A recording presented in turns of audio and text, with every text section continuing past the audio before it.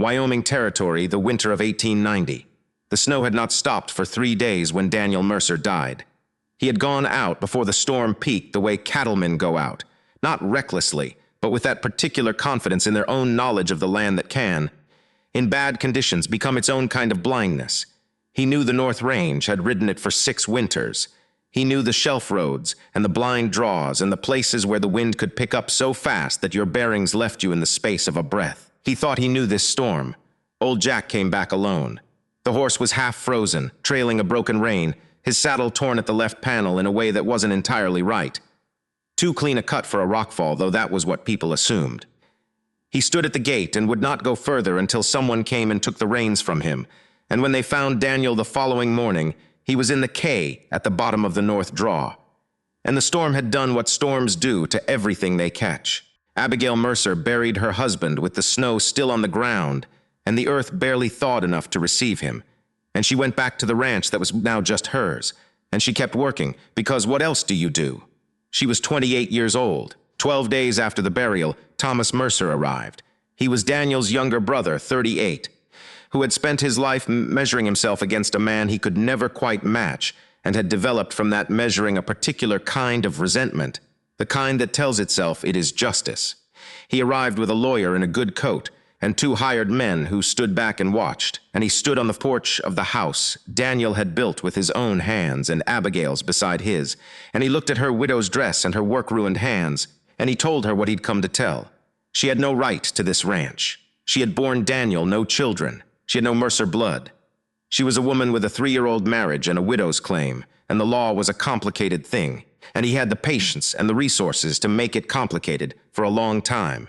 He handed the papers to the lawyer. He said, and his voice carried across the yard where 3 ranch hands stood watching, "Take the horse too. It belongs to Mercer blood, not to her." Old Jack was in the yard. He'd been in the yard every morning since coming back without Daniel, standing at the gate the way a horse stands when it knows something is different, but hasn't been told the word for it yet. The new ranch hand, a man named Samuel Pike, who had been on the property exactly 3 weeks, stepped forward to take Old Jack's reins. The horse did not cooperate. Old Jack moved sideways, then forward, then pulled with a determination that had nothing to do with bad temper. He pulled toward the old storage barn at the back of the property, the one used for threshing equipment and things nobody needed until they did. He pulled with the kind of insistence that made Samuel think the horse knew something he didn't. He let the horse lead him. At the base of the barn wall, near a section of flooring that had begun to go soft with moisture and cold, Old Jack stopped and began pawing at the boards. Samuel crouched down. The board came up with some persuasion from his boot heel. Underneath, a tin box wrapped in oilcloth. The oilcloth was stiff with age and cold and had clearly been placed there with care. Samuel opened the box. He looked at what was inside for a moment.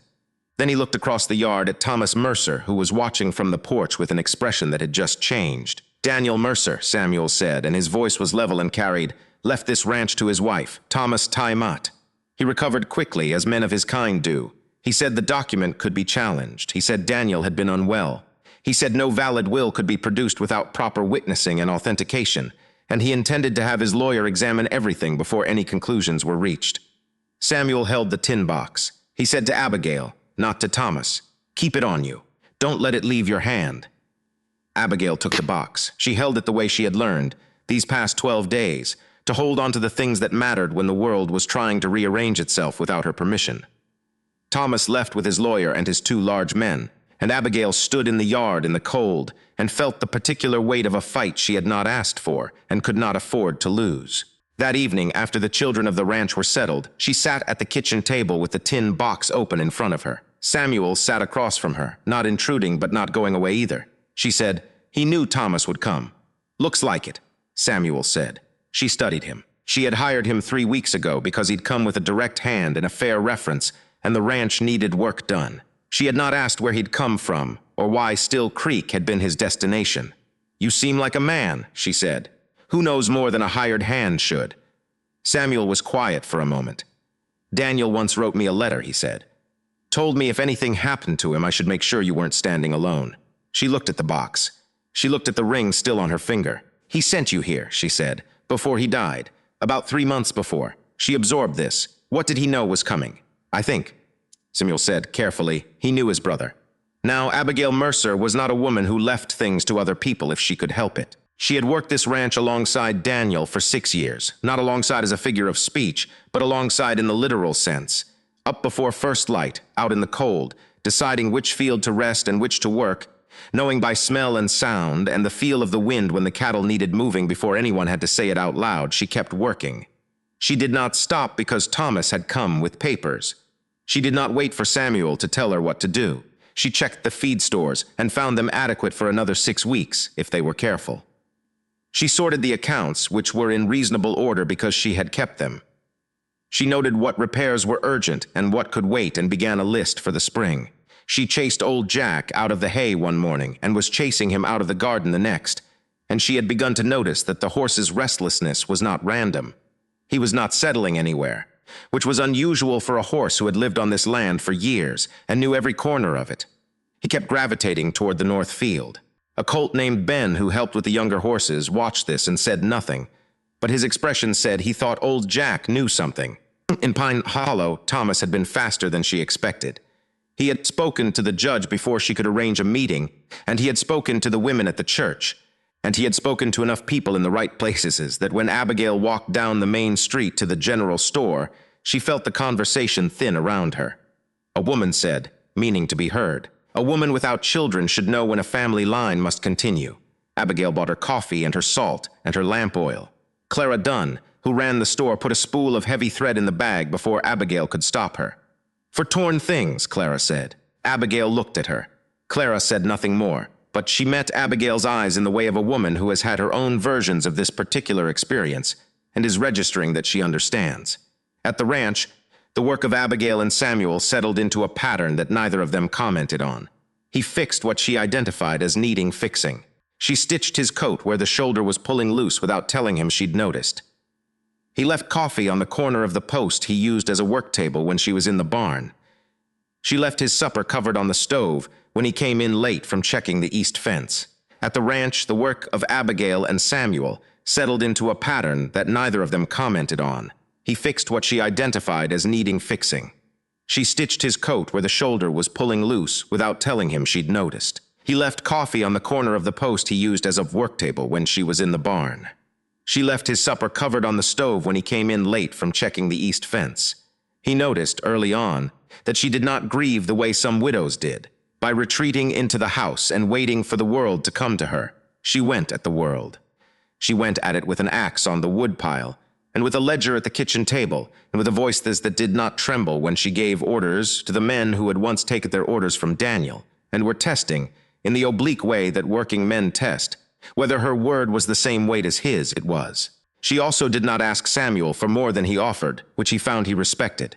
She was learning to read him the way experienced ranch people read land, what it would give, and what needed to be worked out of it over time. He was not an easy read. He was aware of that. One evening she found him sitting on the fence rail in the dark, looking north. She came out with a second cup of coffee. She'd made enough for two without thinking about it, and realized only when she poured. And she offered it to him. He took it without comment.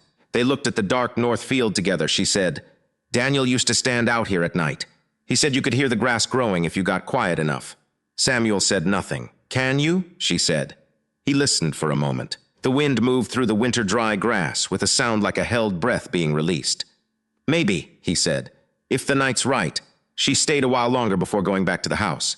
He watched her go. She had been a woman with a dying ranch and a dead husband, and a brother-in-law with papers and the whole weight of a legal system designed by men who had assumed she wouldn't know how to read a deed. She had managed all of it without stopping to perform her grief for anyone's benefit. He had seen a lot of widows in bad situations. He had seen the ones who gave up, and the ones who fought, and the ones who simply endured. He had not often seen one who looked Thomas Mercer in the eye and told him about the north fence and the south field in the same sentence, as if daring him to know as much as she did about the land she was being told she had no claim to. He thought about Ruth Boone. He thought about arriving 3 days too late. He was not going to be 3 days too late this time.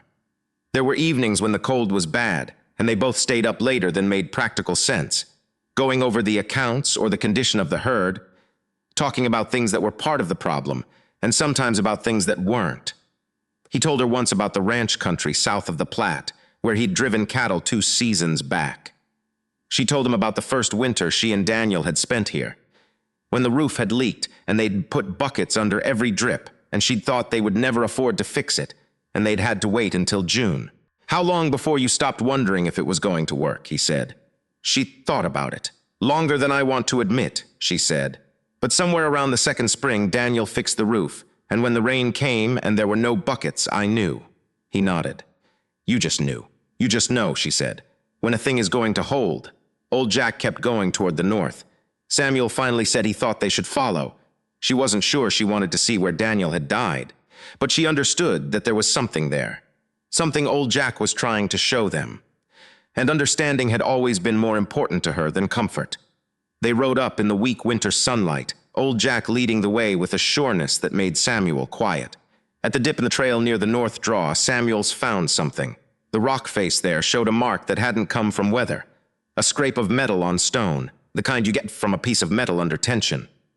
And below it, in the drift between 2 rocks, a piece of leather strap cut clean, not frayed cut. Abigail looked at the strap. She thought about the saddle that had come back with old Jack, the panel torn clean on the left side.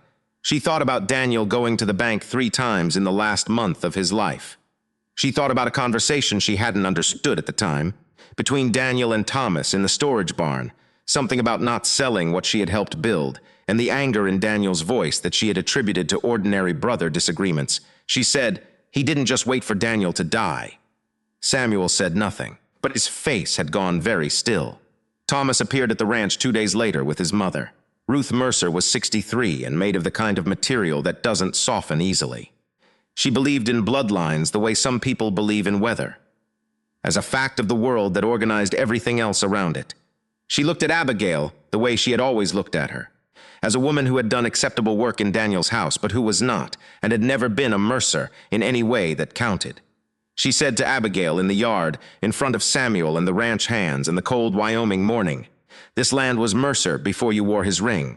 Abig said, "And it was dying before I helped him save it." Thomas's face went ugly. He said things about Abigail and Samuel that were the particular kind of accusation designed to make a woman choose between defending herself and looking more guilty. He said if she continued, he would drag it all before the county, all of it, every day of the past year, and Samuel's presence in it. Abigail started to answer, and Thomas moved fast, and Ruth moved fast. And the next thing Abigail knew, Ruth's hand had connected hard with the side of her face. The yard went completely silent. Samuel stepped forward. Abigail put her hand up, not to her cheek, but out, palm toward Samuel. "Stop." She looked at Ruth Mercer. "That," she said, "is the last thing this family will take from me without answer." That night she wept. Not in front of anyone, in the small room off the kitchen where she kept the accounts, with the door closed and the lamp low. She wept because Daniel had kept too much from her, because she had worked beside a man for 6 years believing they shared everything, and finding out now that he had been afraid and hadn't said so, that he had seen what was coming and arranged protection for her without trusting her with the fear that had prompted it. She had a right to know. Samuel came to the door and stopped at the threshold. She said, "He trusted me with the work, but not with the truth." Samuel said, "Men call it protection when they're afraid to share fear." She looked at him. It was the most useful thing anyone had said to her since Daniel died, because it gave her the thing she'd been denied, permission to be angry at him. She loved Daniel. She was also angry at him. Both were true. She breathed. She said, "Tell me why you really came here."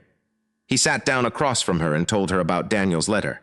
He told her about the mountain road, 3 years back, a rock slide that had come down across a cattle trail with no warning, and Daniel Mercer appearing from somewhere up the hill with a rope, and the particular competence of a man who does not panic when the situation is serious. He told her what Danshilhu had said in the letter. He said, "I came because of Daniel. I stayed because of you." She held that. Ben found the box.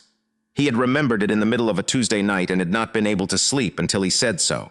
He had been 10 years old when he'd seen his father kneeling at the corner post of the north field, doing something with a shovel. He'd thought it was fence work. They went out before dawn, the 3 of them, with a lantern and a spade. The box was deeper than Samuel expected. Thomas must not have known exactly where it was. Inside, the survey map of the rail corridor dated 2 years ago. A letter from the rail company asking about right-of-way easement on the North 40. A list in Daniel's hand of 3 other ranch properties that had changed hands under questionable circumstances in the past 2 years. and a piece of paper with 4 words, Crow knows, Thomas watches. Clara Dunn came to the ranch the evening before the hearing. She had been keeping something she should have brought sooner, she said, and she was sorry it had taken her this long. Thomas had purchased tools from her store 11 days before Daniel went out in the storm, leather cutting tools, a set of buckle fittings for a saddle repair. Things that had a sensible explanation individually, but that, taken together with what she'd seen of Thomas in those weeks, had not been sitting easy with her. She brought the receipt with Thomas's signature. She said, "I lost my home because I was silent too long. I won't watch you lose yours for the same reason." Abigail took her hands. The hearing was held in the Pine Hollow Assembly Room, which served as a courthouse when needed. Judge Bell had agreed to a formal session after seeing the papers. Thomas arrived with his lawyer and his confidence. He said Abigail was a widow making a desperate claim. He said Daniel had been a good man who would not have wanted his ranch tied up in a woman's legal quarrel. He said the will, even if genuine, had procedural weaknesses that would take years to resolve. He said, in the room full of people, that a woman who had given Daniel no son had no real claim on a Mercer property. Abigail stood up. She put her evidence on the judge's table in order. The will, the map, Daniel's letter to Samuel, the leather strap from the north drawer, Clara's receipt with Thomas's signature on the date before Daniel rode out, Eli Barnes's sworn statement. Eli, the old foreman, had heard the fight between Daniel and Thomas in the storage barn and had written down what he'd heard Daniel say, which included a direct statement that Thomas was trying to steal the ranch for a railroad sale. Thomas said it was manufactured. He said she had put it together to keep what she had no right to. Abigail looked at him. "You keep saying I gave Daniel no son," she said.